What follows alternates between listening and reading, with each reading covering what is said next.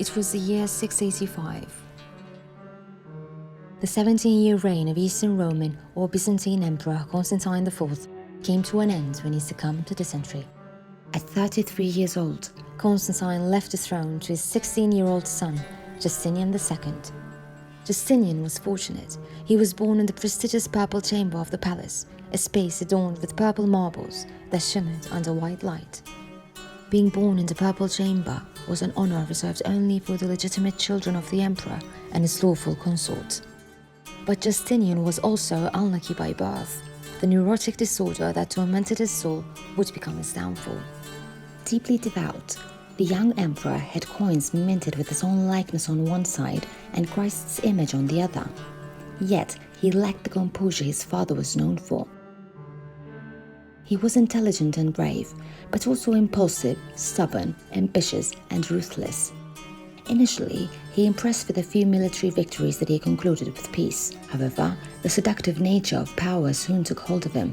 Living a life of extravagance and constantly expanding his palace with lavish constructions, Justinian II soon found himself burdened by expenses. Even the soldiers' wages became impossible to pay. The emperor, however, could not tolerate having his decisions questioned.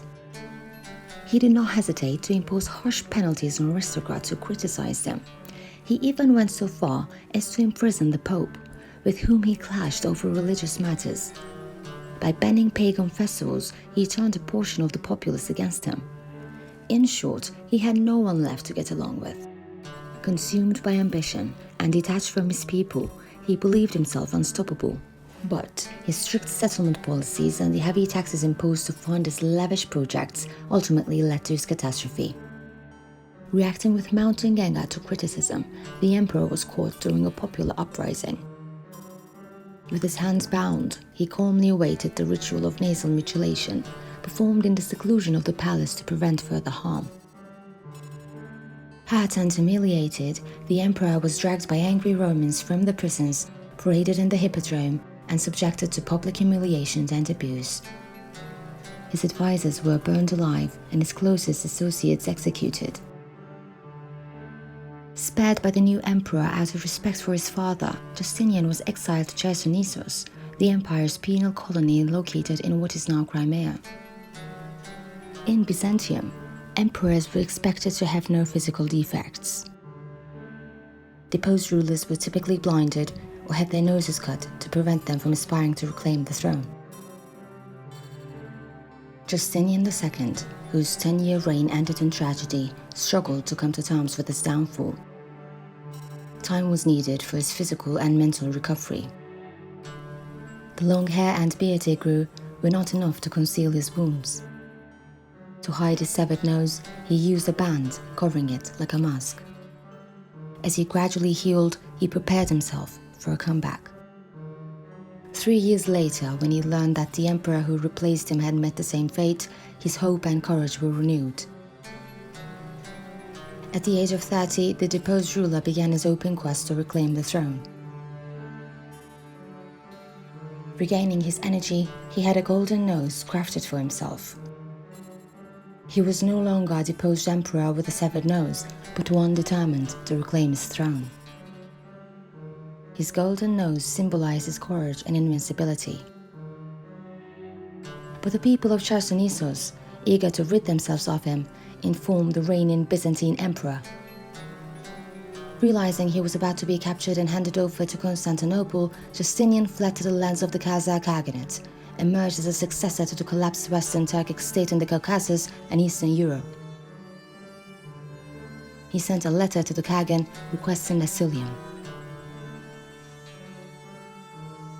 The Khazar Khagan Busir not only accepted the exiled emperor's plea, but also married him to his sister. The Khazar princess, baptized under the name Theodora, settled with her husband in the city of Phanagoria.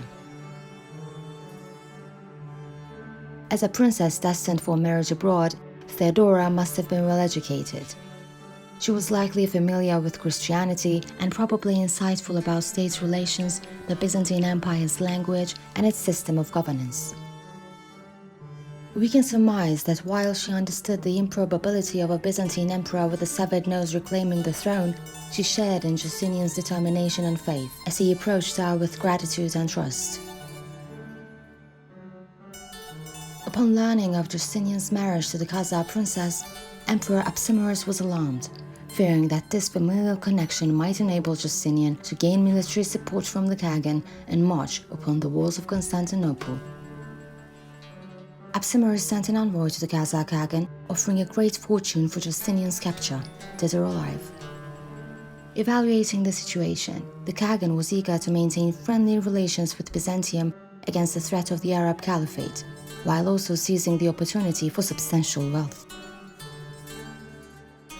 He assigned 2 men to kill his brother-in-law, sending them to Justinian and Theodora's home under the guise of being protectors.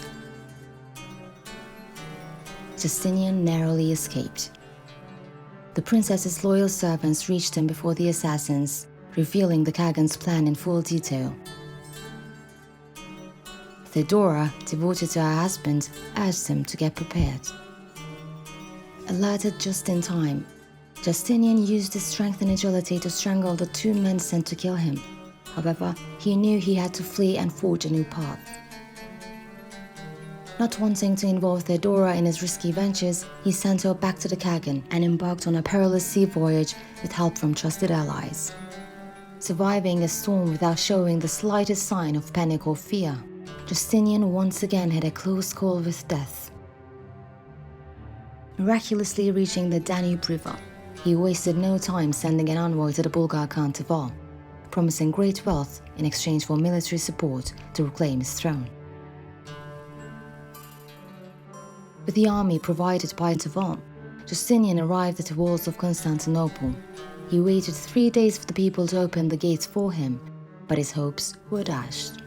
Using a few men and his intimate knowledge of the city, he infiltrated Constantinople via an aqueduct, seized control of the city, and reclaimed his throne. After 10 years of exile, Justinian II ascended the throne again in 705 at the age of 36 or 37. He honored the Bulgar Khan Tervel, to whom he owed much, by seating him by his side and granting him the title of Caesar, an unprecedented honor. True to his promise, he showered him with wealth. For the first time in Roman history, a physically disfigured emperor reclaimed the throne, and someone from outside the empire was declared Caesar. It was time to settle scores with his enemies. 3 years after his return, Justinian chained the former emperor who had replaced him and the one who deposed him, paraded them through the streets of Constantinople, and had them executed. He systematically took revenge on everyone involved in his initial overthrow.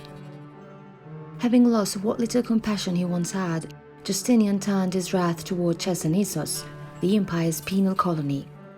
Justinian harbored deep resentment toward the people of Chersonesos, who had betrayed him, and sought revenge against his brother-in-law, the Khazar Khagan.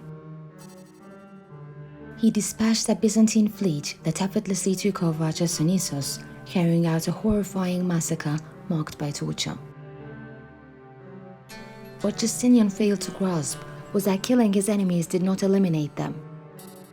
Each massacre only increased the number of those who hated him. Yet he was not done. Determined to retrieve his wife Theodora, he prepared a fleet to confront the Khazar Khagan.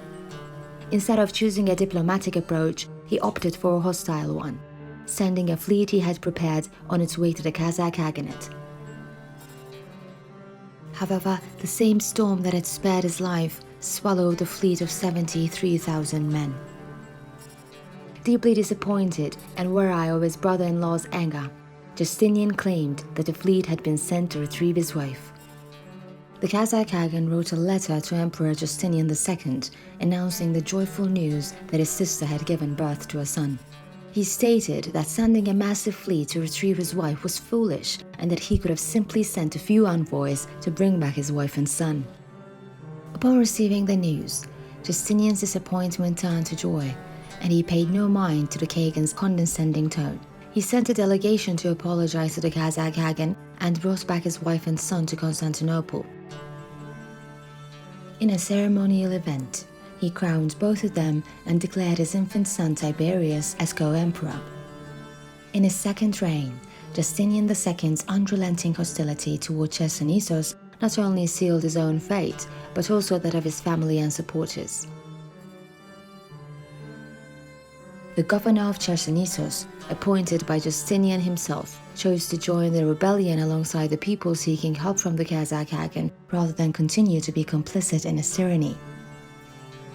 When the envoy Justinian sent to demand the surrender of the rebellion's leader was killed, along with the 300 soldiers accompanying them, it marked the beginning of the end.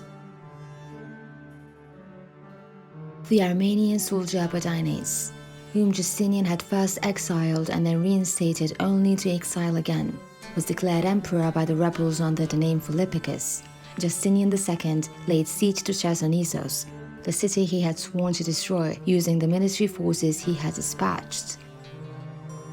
However, he was forced to lift the siege when the Eastern Roman soldiers came to the aid of the people of Chersonesos. They chose to join the rebels rather than face punishment by Justinian. With growing strength, the rebels marched on Constantinople. While Justinian, having received no news from his navy, was traveling to gather information, the rebels led by Apodanes Philippicus seized control of Constantinople. Justinian's mother fled to a monastery with his 6-year-old co-emperor's son Tiberius, but could not prevent his capture and execution. Once again, Justinian's close allies were killed. And this time he met his end at the hands of the governor of Chersonesos, who had joined the rebels. On November 4th, 711, the 42-year-old emperor's severed head was paraded through the streets of Constantinople. The fate of the Khazar Byzantine Empress remains unknown. What we know is that the Khazar Khagan supported the rebellion that brought an end to the dynasty and led to the deaths of his brother-in-law and nephew, while Justinian II, infamous for his tyranny, left chaos as his legacy to Byzantium. As for Philippicus Apodanes, his reign was short-lived and unsuccessful, ending in a coup just 2 years later, sealing his demise.